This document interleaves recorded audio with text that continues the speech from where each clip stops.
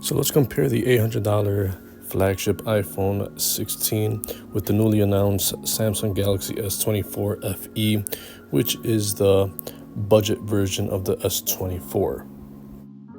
So the first thing right off the bat, comparing the pros and cons of each one in this little mini overview, is that the iPhone 16 is kind of expensive right off the bat.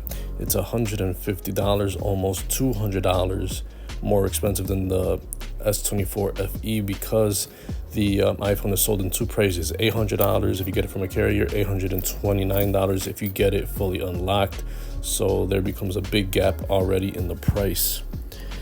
Overall size, though, the S24 FE is a huge device compared to the more comfortable pocket-sized iPhone 16. So it's size-wise, it's almost like comparing the iPhone 16 with a ultra phablet plus size device.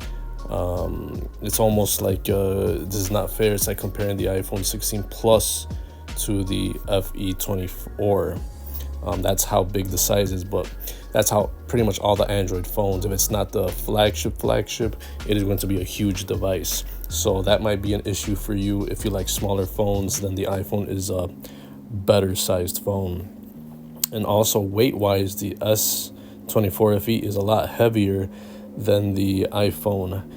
It comes in, the Samsung is 213 grams or 7.5 ounces, almost half a pound, while the iPhone 16 is a very lightweight 6 ounces. Now, the build quality of both of these are both good, glass on the front and back, and they have an aluminum frame. So build quality-wise, they both feel flagship level quality. On the SIM card front, again, disappointment in the iPhone because I really hate that it only comes in eSIM, while the Samsung has both the eSIM and the nano SIM card slot, which is very nice. It's a big plus if you like to swap out devices, especially from Android to iPhone and vice versa, or if you travel a lot and like to swap out physical SIMs or just have two different data plans at the same time. So a big win for the Samsung right there. Both are IP68, thus on water resistance, but the iPhone is a little bit better. Now for the display, this is where the Samsung really shines, like most Androids do. And the iPhone is showing its age, 60 hertz refresh rate on the iPhone still, while the Samsung has that 120 hertz. Pretty much that's what the standard is now on Android phones, so it absolutely kills the iPhone in refresh rate. Now overall screen size, 6.1 inches on the iPhone versus 6.7 on the Galaxy, and you have thinner bezels on the Samsung. So yeah, the Samsung is really winning in these couple of categories, especially in the fit and finish. It's obviously right now it's being the more sophisticated device, more modern device. Very nice. For the resolution, the iPhone is a little bit better than the Samsung. When it comes to software, both of these are for different people. The iPhone gets, around 7 years of updates. The Samsung is on the latest Android 14, and it will get several years of updates as well. So there's no real difference, just a matter of preferences between Samsung apps and Android apps.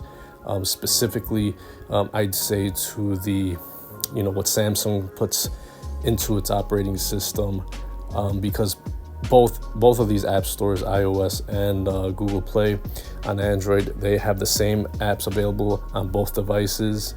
So you're not gonna have a shortage of apps, but when it comes down to specific things, they're gonna be your personal preference. iMessage, FaceTime, iMovie, that's something that's just on Apple. And the Samsung, you're gonna have your own customization and a lot of nice things. Samsung has like split screen and all that stuff. When it comes to overall power, the iPhone is top notch. Everything will run perfectly fine on it. The Samsung, 99% of things will run absolutely fine on it. Everyday apps, no big deal. You might get a couple of hiccups on, high intensity games, high intensity apps, but most people won't notice the difference. When it comes to storage, they're equal, 128 gigs on both of these, and neither of them had expandable storage, so that's an advantage for the Samsung. Both have 8 gigs of RAM, but the iPhone, it's a huge amount of RAM for an iPhone, And the Samsung 8 gigs is okay.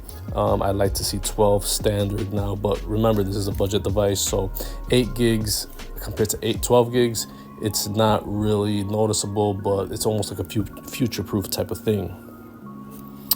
Next is the camera system, and it's sufficient to say that the iPhone is the best camera out there, but Samsung is not far behind. Especially on this device, it's surprising. The iPhone only has 2 cameras, main camera and ultra wide, while the Samsung has 3 cameras on the back, main camera, telephoto, and ultra wide, and it also shoots in 8K. So this is something that really stands out to me on the S24 FE.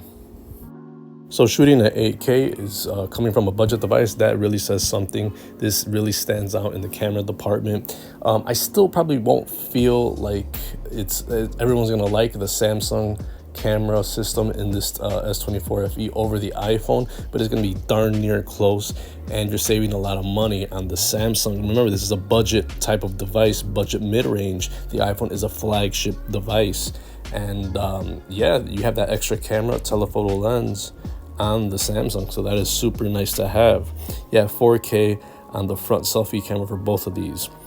Neither of these have a headphone jack, which is something that I'm not too excited about on the Samsung. I wish it did. Bluetooth 5.3 on both. Both of these have the USB Type-C, which is, becoming more standard on iPhones. And how to unlock your devices, something that's very important, I would say. Face ID is still on the iPhone, very fast, pretty good. But on the Samsung, you have a under-display fingerprint reader. It's not the ultrasonic that's found on the standard S24 line.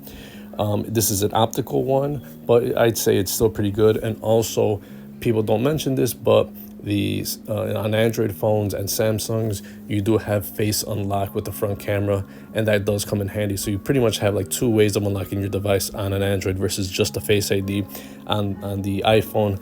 And I think that's interesting because a lot of people still like the fingerprint reader, and also having that extra face unlock. It just comes in handy. Having different options to unlock your device comes in handy.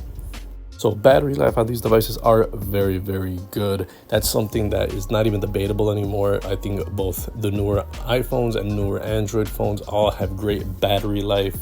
Unless you just stay home all day and just watch videos all day, play games all day.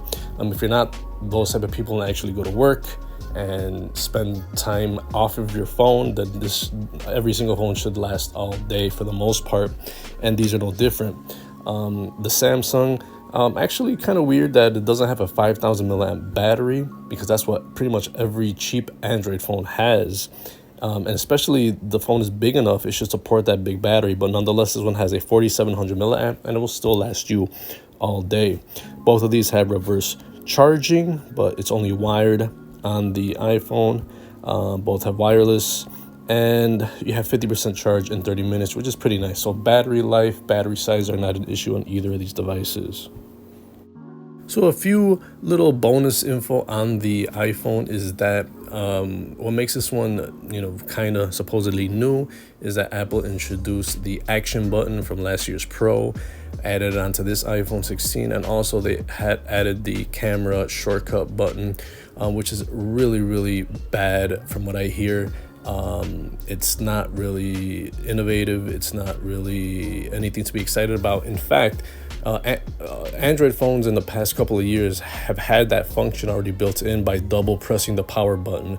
So Apple is just another thing that it copies from Android.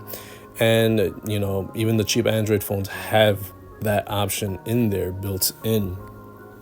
So that's pretty much the only new thing about this iPhone compared to its predecessor.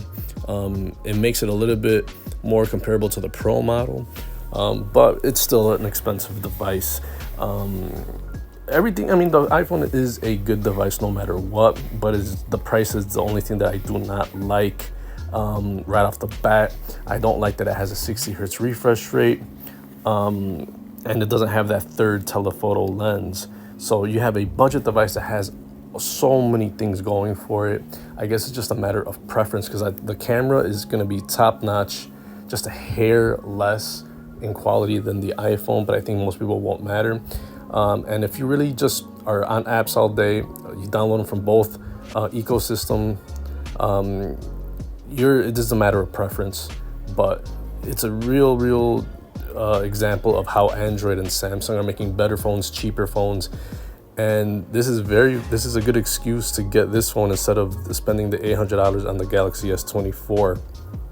It goes well above and beyond what a budget phone should be, and it definitely kills the iPhone when it comes bang for your buck. So that's been my comparison of the iPhone 16 at $800 versus $650 new Samsung Galaxy S24 FE.